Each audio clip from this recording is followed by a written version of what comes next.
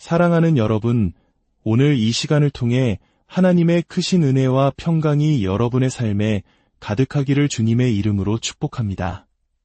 본격적인 이야기에 앞서 이 귀한 말씀을 더 많은 분들과 나누기 원하신다면 잠시 시간을 내어 구독과 좋아요를 눌러주십시오. 여러분의 작은 행동이 누군가에게는 인생의 지도를 선물하는 귀한 나눔이 될 것입니다. 자, 이제 한번 상상해 봅시다. 당신이 반드시 떠나야만 하는 긴 여행길에 올랐다고 말입니다. 이 여정은 당신의 선택이 아닙니다. 거부할 수 없는, 반드시 가야만 하는 길입니다. 여행을 시작하는 첫걸음에서 당신은 한 가지 경고를 듣게 됩니다. 이 길은 아주 위험한 여정이 될 것입니다. 그 길 위에는 당신의 눈으로는 결코 볼 수 없는 지뢰들이 숨겨져 있을 것입니다. 당신이 감지할 수 없는 폭발물들이 도처에 널려 있을 것입니다. 교묘하게 위장된 깊은 수렁이 당신을 기다리고 있을 것이며 언제 발을 헛디딜지 모르는 함정들이 여정 내내 당신을 위협할 것입니다. 이 모든 위험들은 결코 당신의 눈에 쉽게 띄지 않지만 분명히 그 자리에 존재하며 당신을 노리고 있습니다. 이 얼마나 절망적이고 낙담이 되는 소식입니까? 하지만 이 모든 경고를 전해준 이는 당신에게 한 장의 지도를 건네줍니다. 그리고 그 지도 위에는 당신이 마주칠 모든 위험 요소들의 위치가 아주 상세하게 표시되어 있습니다.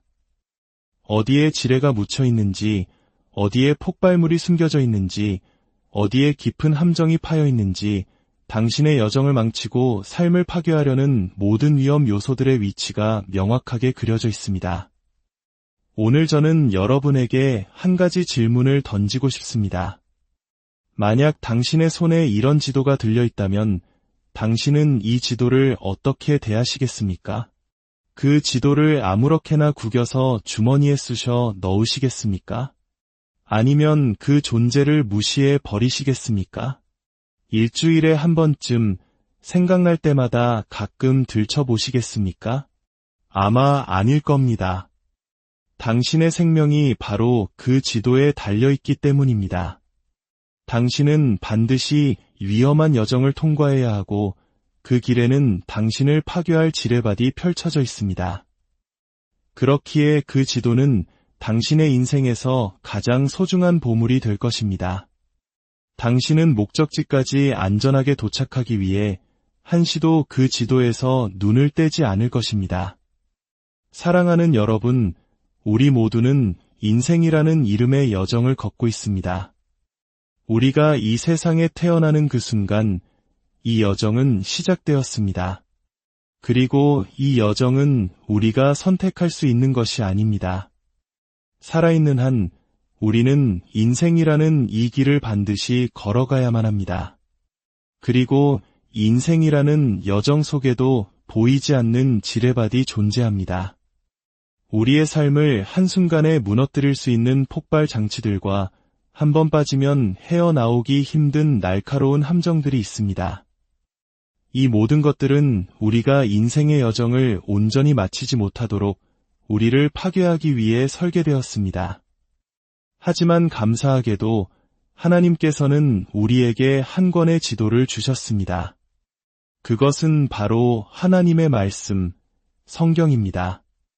이 말씀은 우리 인생길의 모든 위험과 함정을 우리에게 드러내 보여주어 우리가 그 길을 안전하게 걸어갈 수 있도록 돕기 위해 주어졌습니다. 결국 당신이 이 지도, 즉 하나님의 말씀을 어떻게 생각하고 대하느냐가 당신의 인생 여정이 얼마나 성공적일지를 결정하게 될 것입니다. 어떤 사람은 그 지도를 구겨 주머니에 넣고 그 존재를 무시해 버릴 수도 있습니다. 또 어떤 사람은 가끔 지도를 힐끗 보기는 하지만 그 내용에 주의를 기울이지는 않을 수도 있습니다. 일주일에 한 번 교회에 가서 잠시 지도를 보는 것으로 충분하다고 생각하며 나머지 요일들은 자신의 운과 능력에 모든 것을 맡겨버릴 수도 있습니다. 하지만 당신은 이렇게 결단할 수도 있습니다. 이 지도는 내 생명과도 같아. 나는 이 여정을 반드시 완주하고 싶고 길 위에 숨겨진 위험에 의해 내 인생이 파괴되는 것을 원치 않아. 물론 우리 중 누구도 완벽하지 않습니다. 우리 모두는 인생의 어느 시점에서 잘못된 선택으로 인한 결과를 마주하며 살아갑니다. 어리석은 결정으로 인해 값을 치렀거나 혹은 지금도 여전히 그 대가를 치르고 있는 분들이 있을 것입니다. 때로는 그 상처가 너무 깊어 어떻게 해야 할지 막막하게 느껴질 때도 있습니다. 하지만 오늘 이 이야기를 통해 우리는 우리가 마주하는 결과라는 것을 더 깊이 이해하게 될 것입니다. 그리고 앞으로 마주할 수많은 위험들을 어떻게 피할 수 있는지, 그리고 이미 겪고 있는 고통 속에서 하나님께서 어떻게 우리를 만나주시는지를 배우게 될 것입니다. 창세기 3장에는 사탄이 어떻게 우리의 삶에 부정적인 결과를 가져오는지 그 교활한 전략이 기록되어 있습니다.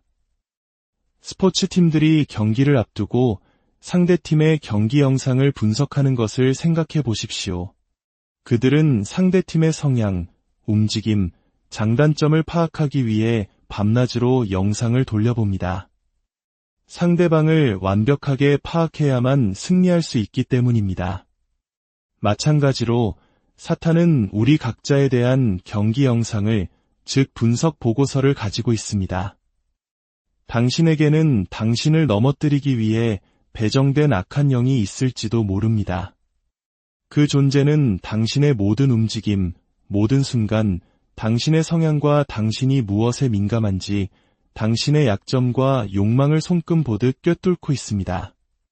사탄은 당신을 완벽하게 이해하고 당신만을 위한 맞춤형 전략을 가지고 있습니다. 당신을 믿음의 경주에서 패배시키고 당신의 삶에 부정적인 결과를 가져오기 위한 치밀한 계획을 세우고 있다는 말입니다. 그렇기에 오늘 우리는 그 적의 전략을 알아야만 합니다. 전략을 알면 우리는 길 위에 숨겨진 지뢰를 더 잘 발견할 수 있고 더 현명하게 대처할 수 있습니다. 조금 더 직설적으로 말하자면 우리 각자의 인생 여정을 중단시키려는 청부 계약이 걸려 있는 것과 같습니다. 이 사실을 이해하는 것은 우리가 지금까지와는 다른 방식으로 앞으로 나아가게 할 것입니다. 굳이 밟지 않아도 될 지뢰를 계속해서 밟으며 살아갈 필요는 없지 않겠습니까? 자, 이제 우리의 여정을 방해하는 원수가 어떻게 일하는지 창세기 3장 1절 말씀을 통해 살펴보겠습니다. 그런데 뱀은 여호와 하나님이 지으신 들짐승 중에 가장 간교하니라. 간교하다는 것은 교활하고 약삭빠르다는 의미입니다. 뱀은 하나님이 만드신 다른 어떤 피조물보다도 더 교활하고 은밀하게 움직이는 존재였습니다. 그래서 사탄이 인류를 향한 자신의 계획을 실행에 옮기고자 했을 때 그는 자신의 목적과 가장 잘 맞는 존재, 즉 간교한 피조물인 뱀을 선택했습니다. 사탄은 당신의 세상 속으로 교묘하게 스며들어와 당신의 모든 주의를 사로잡기 위해 무엇을, 그리고 누구를 선택해야 하는지를 정확히 알고 있습니다. 그는 당신과 대화를 시작하기 위해 어떻게 부드럽게 접근하고 어떻게 당신의 마음을 사로잡아야 하는지 그 방법을 압니다. 혹시 하와가 말하는 뱀과 아무렇지 않게 대화하고 있다는 사실이 이상하게 느껴지지 않으셨습니까? 성경의 기록에 따르면 저주를 받기 전에 뱀은 배로 기어다니는 존재가 아니었습니다. 즉, 당시의 뱀은 걷고 말하는 존재였을 가능성이 있습니다. 그리고 하와는 이 걷고 말하는 뱀의 존재에 전혀 충격을 받지 않은 채 아주 평범한 대화를 이어나가고 있습니다. 그리고 인류 최초의 그 대화는 바로 하나님에 대한 것이었습니다. 하지만 여기에는 교묘한 함정이 숨어 있습니다. 1절을 다시 보면 성경은 뱀을 여호와 하나님이 지으신 들짐승이라고 소개하지만 뱀이 하와에게 말을 걸 때는 하나님이 참으로 너희에게 동산 모든 나무의 열매를 먹지 말라 하시더냐라고 묻습니다. 여호와라는 이름이 빠진 것을 주목하십시오. 이것은 의도적인 생략입니다. 하나님이라는 단어는 주로 하나님의 능력과 창조주 되심을 나타내고 여호와라는 이름은 언약을 맺으시고 우리와 인격적인 관계를 맺으시는 하나님을 의미합니다. 즉, 뱀은 이렇게 말하고 있는 것입니다. 하나님의 능력에 대해서는 이야기해보자. 하지만 우리와 그분의 인격적인 관계는 빼놓고 말이야. 이것이 사탄의 첫 번째 전략입니다. 그는 우리가 종교적인 행위는 하되 하나님과의 살아있는 관계는 맺지 못하도록 방해합니다. 당신이 교회에 나가는 것은 상관하지 않습니다. 당신이 하나님과의 인격적인 관계를 맺고 있지 않는 한 말입니다. 그는 기도나 찬양의 말을 하는 것도 상관하지 않습니다. 그 사이에 하나님과의 진정한 관계가 없다면 말입니다. 더 무서운 사실은 사탄이 죽음과 고통을 가져오기 위해 사용했던 그 피조물, 뱀은 원래 하나님께서 보시기에 좋은 존재였다는 것입니다. 창세기 1장에서 하나님이 창조하신 모든 것은 선했다고 기록되어 있습니다. 즉, 사탄의 전략은 선한 것을 사용하여 악한 것을 만들어내는 것입니다. 그는 처음부터 악한 것을 찾아다니지 않습니다.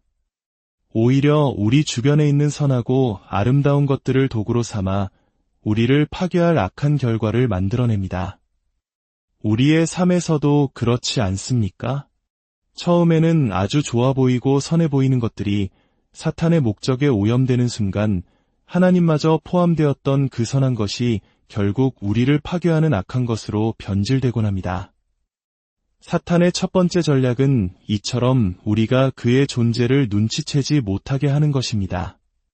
만약 당신이 뿔이 달리고 빨간 옷을 입은 악마를 찾고 있다면 당신은 엉뚱한 대상을 찾고 있는 것입니다. 그는 아주 선하고 매력적인 모습으로 다가와 결국 악한 결과를 만들어냅니다. 마치 마술사가 우리의 시선을 다른 곳으로 유도하면서 반대쪽 손으로는 속임수를 쓰는 것과 같습니다. 사탄은 결코 당신에게 나는 너의 미래를 파괴하러 왔다라고 정직하게 말하지 않습니다. 그는 교활하고 은밀하며 부드럽게 다가올 것입니다. 사탄의 두 번째 전략은 하나님이 당신에게 무언가를 감추고 계신 인색한 분이라고 생각하게 만드는 것입니다. 뱀은 하와가 먹을 수 있었던 수많은 나무들에 대해서는 한마디도 언급하지 않습니다. 그는 오직 먹어서는 안 되는 단 하나의 나무에 대해서만 이야기합니다. 하나님이 참으로 너희에게 동산 모든 나무의 열매를 먹지 말라 하시더냐? 라고 과장하며 묻습니다. 그는 하나님께서 주신 모든 자유에 대해서는 침묵하고 오직 당신이 할 수 없는 것에 대한 하나님의 명령에만 초점을 맞춥니다. 그는 하나님을 마치 우리가 즐거운 시간을 보내는 것을 막으려는 분으로 묘사합니다. 그는 하나님의 절대적인 명령을 그저 하나의 질문으로 격화시켜버립니다. 하나님의 명령이 단순한 질문으로 바뀌는 순간 그 권위는 약해집니다. 하지만 기억하십시오. 하나님께서 안 된다고 말씀하시는 것은 우리가 그분의 된다는 축복을 온전히 누리게 하기 위함입니다. 그 나무의 열매는 먹지 말라는 하나님의 노는 다른 모든 나무의 열매는 내가 마음껏 먹으라는 그분의 풍성한 예스를 보호하기 위한 울타리였습니다. 하와와 아담은 곧 깨닫게 될 것이었습니다. 그들이 금지된 하나의 나무를 먹는 순간 다른 모든 나무들마저 잃게 된다는 사실을 말입니다. 하나님의 노는 언제나 그분의 더 큰 예스를 지키기 위한 사랑의 방패입니다.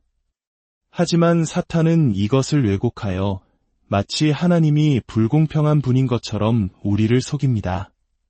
그리고 우리가 그 하나의 금지된 나무에 집착하게 만들므로써 하나님께서 우리 삶에 부어주시려는 다른 모든 자유와 축복들을 놓치게 만듭니다.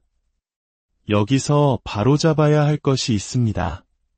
사탄은 당신을 강제로 죄짓게 할 수는 없습니다. 골로새서 2장은 그리스도의 죽음이 사탄을 패배시켰다고 선언합니다. 그는 당신에게 죄를 짓도록 강요할 힘이 없습니다. 그래서 그는 전략을 바꿉니다. 당신이 죄를 짓고 싶도록 만드는 것입니다. 그는 당신의 생각 속에 교묘한 거짓말을 심어 당신이 스스로 잘못된 것을 선택하도록 유도합니다. 그것은 그의 강요가 아니라 그의 영향력 아래 우리가 내리는 결정이 되는 것입니다. 세 번째 전략은 하나님의 말씀은 신뢰할 수 없다고 속이는 것입니다. 뱀은 여자에게 말합니다. 너희가 결코 죽지 아니하리라. 이것은 아무런 결과도 없을 것이라는 약속입니다. 그는 하나님이 그렇게 말씀하신 것을 안다. 하지만 그것을 믿지 마라고 말하고 있는 것입니다. 그 성경을 어떻게 믿느냐? 그건 수천 년 전에 쓰인 낡은 책일 뿐이다. 지금 시대와는 맞지 않다. 이렇게 속삭이며 하나님의 말씀에 대한 우리의 신뢰를 무너뜨립니다. 하지만 로마서 3장 4절은 선포합니다. 오직 하나님은 참되시다 하고 모든 사람은 거짓말쟁이라 할지어다. 하나님만이 진리이시며 그분께 동의하지 않는 모든 존재는 거짓말쟁이입니다. 요한복음 8장 44절은 사탄을 거짓말쟁이요 거짓의 아비라고 말합니다. 그는 태생적인 거짓말쟁이이며 수많은 거짓의 자식들을 낳아 이 세상에 속임수를 퍼뜨립니다. 그는 괜찮아, 그 정도는 해롭지 않아, 들키지 않을 거야, 너는 빚더미에 앉지 않을 거야, 너의 감정은 망가지지 않을 거야 라고 속삭입니다. 하지만 우리 중 많은 사람들이 이미 알고 있습니다. 그 결과는 생각보다 훨씬 더 끔찍할 수 있다는 것을 말입니다. 네 번째 전략은 하나님이 이기적인 분이라고 모함하는 것입니다. 5절에서 뱀은 이렇게 말합니다. 너희가 그것을 먹는 날에는 너희 눈이 밝아져 하나님과 같이 되어 선악을 알 줄 하나님이 아심이니라. 뱀은 하나님이 당신에게 그 나무를 금지하신 이유를 설명합니다. 하나님은 이기적이야. 그분은 자기 외에는 누구도 자기처럼 되는 것을 원치 않으셔. 만약 내가 이 열매를 먹으면 너는 하나님만큼 똑똑해지고 모든 것을 알게 될 거야. 하나님은 내가 그분과 동등해지는 것을 원치 않으셔서 이걸 막고 계신 거야. 물론 하나님과 동등해지려는 것은 바로 사탄 자신의 원래 목표였습니다. 그는 당신이 더 이상 하나님을 필요로 하지 않기를 바랍니다. 당신이 스스로 모든 것을 알게 되기를 원합니다. 당신이 하나님처럼 되기를 원합니다. 사탄이 하나님께 반역했을 때 가장 원했던 것은 바로 독립이었습니다. 그는 더 이상 하나님께 답변할 필요가 없는 존재가 되기를 원했습니다. 우리의 반역 또한 마찬가지입니다. 그것은 하나님으로부터의 독립에 대한 갈망입니다. 내가 당신과 같다면, 내가 당신과 동등하다면 나는 당신에게 복종할 필요가 없습니다. 하지만 기억하십시오. 나이키 에어조던 신발을 신는다고 해서 마이클 조던처럼 날아다닐 수는 없습니다. 그의 등번호 23번이 새겨진 유니폼을 입는다고 해서 그와 같은 선수가 되는 것은 아닙니다. 그 신발에 걸맞은 능력이 있어야 합니다. 마찬가지로 우리는 결코 겉모습만 흉내내거나 약간의 지식을 가졌다고 해서 하나님처럼 될 수 없습니다. 그분은 홀로 구별되시는 분이며 그분으로부터 독립하려는 모든 시도를 반드시 막으실 것입니다. 그리고 그 반역의 결과는 언제나 고통스러운 결과를 낳습니다. 마지막으로 사탄의 최종 전략은 좋아 보이는 것으로 우리를 유혹하는 것입니다. 6절입니다. 여자가 그 나무를 본즉 먹음직도 하고 보암직도 하고 지혜롭게 할 만큼 탐스럽기도 한 나무인지라 하와는 그 나무를 보았습니다. 그녀는 사탄의 눈을 통해 그 나무를 새롭게 보기 시작했습니다. 그 나무는 항상 그 자리에 있었지만 이제는 다르게 보입니다. 왜일까요? 사탄과의 대화 속에서 악이라는 개념이 교묘하게 삭제되었기 때문입니다. 원래 그 나무는 선과 악을 알게 하는 나무였지만 이제 하와의 눈에는 오직 선한 부분만 보입니다. 먹음직스럽고 보기 좋고 지혜롭게 할 만큼 탐스러운 부분만 말입니다. 이것이 바로 속임수의 본질입니다. 오직 좋은 부분만 보게 하고 그 이면에 숨겨진 끔찍한 결과를 보지 못하게 하는 것. 만약 그 한 번의 쾌락이 몇 년 후에 당신을 지독한 중독의 노예로 만들 것이라는 미래를 볼 수 있다면 그 순간의 쾌락은 결코 좋아 보이지 않을 것입니다. 만약 그 순간의 선택이 당신의 가정을 파괴하고 깊은 상처를 남길 것을 미리 볼 수 있다면 그 유혹은 결코 달콤하게 느껴지지 않을 것입니다. 사탄은 악의 부분을 지워버리고 우리를 선의 부분과 사랑에 빠지게 만듭니다.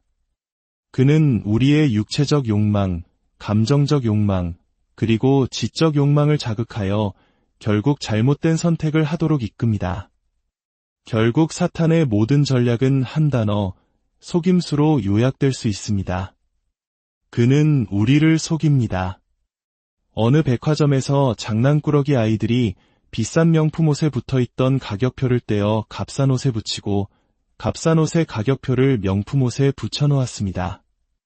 사람들은 매장에 들어와서 아주 비싼 물건을 싼 값에 사기도 하고 아주 값싼 물건을 비싼 값을 치르고 사기도 했습니다. 가격표가 뒤바뀌었기 때문입니다. 사탄이 우리에게 하는 일이 바로 이것입니다. 그는 우리 삶의 가격표를 뒤바꿔 놓았습니다. 그는 세상의 값싸고 허무한 것들에 명품이라는 가격표를 붙여 우리의 시간과 에너지, 인생을 그것들을 줬는데 낭비하게 만듭니다.